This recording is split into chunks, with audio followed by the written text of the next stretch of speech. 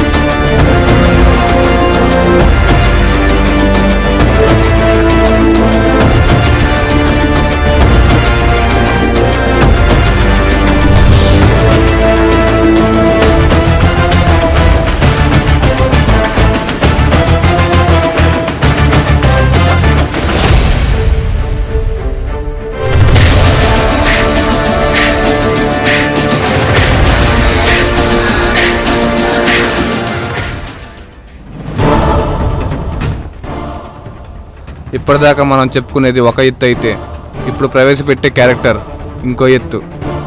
పేరు జగన్నాథం. రావణాసుడు అప్డేట్ అయ్యి మళ్ళీ పుడితే అందుకు నిదర్శనం జగన్నాథం. తను చేసే రౌడీజాన్ని, దాని వెనక చేసే అరాచకాలని ఒక జర్నలిస్ట్ బయోగ్రఫీగా రెడీ చేసి చట్టం ముందు ప్రవేశపెట్టాలనుకున్నాడు. ఈ విషయంలో జగన్నాథం ఏం చేసేది లేక అండర్ గ్రౌండ్కి వెళ్ళి దానుకున్నాడు. ఎప్పుడు టైం వచ్చినప్పుడు బయటికి రావాలని ట్రై చేస్తున్నాడు.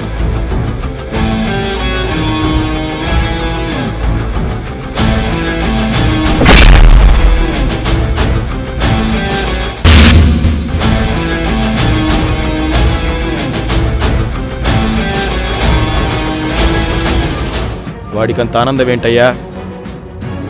ఒక హీరోని ఎలివేట్ చేయమను, హైలైట్ అవుతాడు.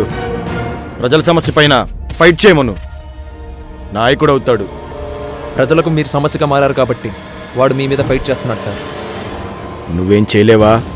నా దగ్గరకు వచ్చుంటే వాడిని ఎప్పుడో క్లోజ్ చేసేవాడిని. వాడెవడి మాట వినడు. వినేట్టు చేద్దాం. నువ్వే చూసుకోవాలి. సరే, నేను చూసుకుంటా. నేను చూసుకుంటా సార్ అని చెప్పిన ఎస్ఐ ఇప్పుడు దాకా ప్రశాంతంగా ఉన్న పల్నాడిని మళ్ళీ నిద్ర లేకుండా చేస్తాడని జగన్నాథం ఎక్స్పెక్ట్ చేయలేదు. ఎందుకంటే చంద్ర అనే జర్నలిస్ట్ని చంపడానికి జైలు నుంచి 4 కసాయి రౌడీల్ని తప్పించాడు. ఈ నాయల్లా చంపేది? మూతి మీద మీసం రాలేదు, మీసం ముద్రలేదు, వీళ్ళలా చంపుతారనుకుంటున్నావయ్యా?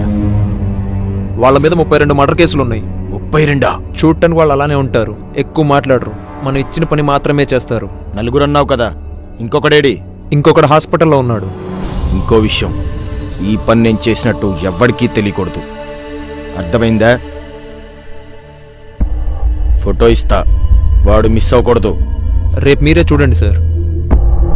జర్నలిస్ట్ చంద్రని చంపడానికి మాస్టర్ స్కెచ్ వేశాడు జగన్నాథం. తన స్కెచ్కి తగ్గట్టే ఆ నలుగురు చంద్రాన్ని మర్డర్ చేయడానికి చంద్ర ఆఫీస్ దారిలోనే చంపాలని నిర్ణయించుకున్నాడు. అనుకున్నట్టే ప్లాన్ అమలు చేశారు.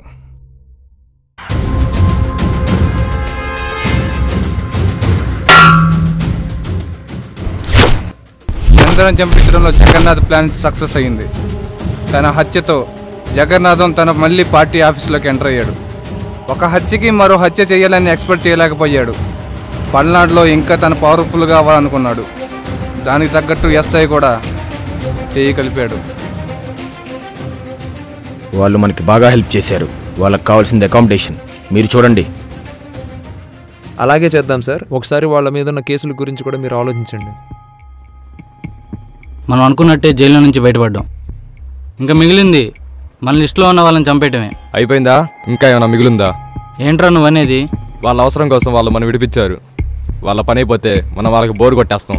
నా ఫ్రెండ్ ఒకడు ముంబైలో ఉన్నాడు, వాడితో నేను మాట్లాడా. వీడి పని అయిపోగానే మనం అక్కడికి వెళ్ళిపోదాం. తనకి వ్యతిరేకంగా ఉన్న వాళ్ళని, తనకి హెల్ప్ చేయని వాళ్ళని చంపించడంతో పల్నాడులో తీవ్ర ఉద్రేకత ఏర్పడింది. ఏ రోజు ఏ ఇంట్లో దీపం పెట్టాల్సి వచ్చిందేమని ప్రజలు భారంగా గుండెల మీద చేయి వేసుకుని బ్రతుకుతున్నారు. తను చేసే హత్యలు అంతటితో ఇంతటితో ఆగలేదు. జగన్నాథం ఐడియా అయితే ఈ నలుగురు దాన్ని అమలు చేయడంలో సక్సెస్ అవుతున్నారు. అప్పుడప్పుడే కమ్యూనిస్ట్ భావాలతో స్టూడెంట్స్ లీడర్గా ఎదుగుతున్న మాణిక్యం ఈసారి తన ఎలక్షన్లో నిలబడాలని టికెట్ కోసం చూస్తున్నాడు. ఈ విషయం తెలిసిన జగన్నాథం తన మనుషులతో మాణిక్యం దగ్గర పంపించి చర్చలు జరిపించాడు. కానీ తన పవర్ ఏంటో చూపించాడు మాణిక్యం. సార్, వాడు మారిపోడంట. ఎదిగిన కొమ్మలు, ముదిరిన గోర్లు ఎక్కువ ఉంచుకోకూడదు, ప్రాణానికే ప్రమాదం. కట్ చేయండి, వాణ్ణి కూడా కట్ చేసి పడేయండి. దీంతో కోపం వచ్చిన జగన్నాథం పార్టీ టికెట్ కాదు కదా, తన టికెట్ చినిగిపోతుంది గ్రహించలేకపోయాడు మాణిక్యం.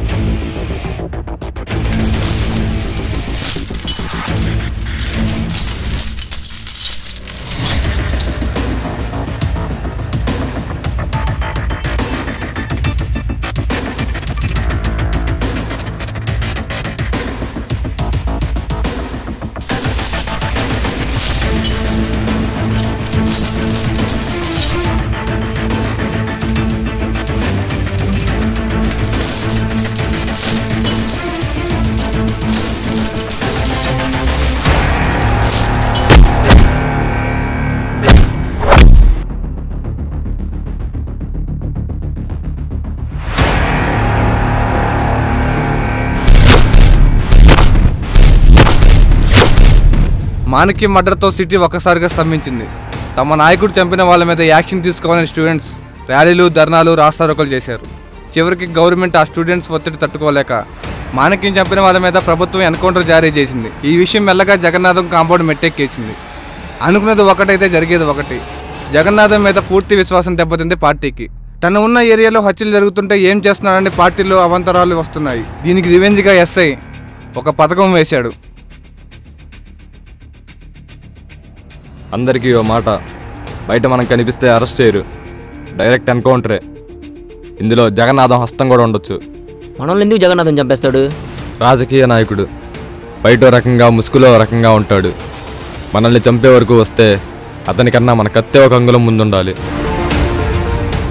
అప్పుడే సిటీలోకి ఒక కొత్త క్యారెక్టర్ ఎంటర్ అయ్యింది. పేరు శివ. చనిపోయిన జర్నలిస్ట్ చంద్ర తమ్ముడు. తన అన్నను చంపిన వాళ్ళ మీద కసి తీర్చుకోవడానికి సిటీకి వచ్చాడు.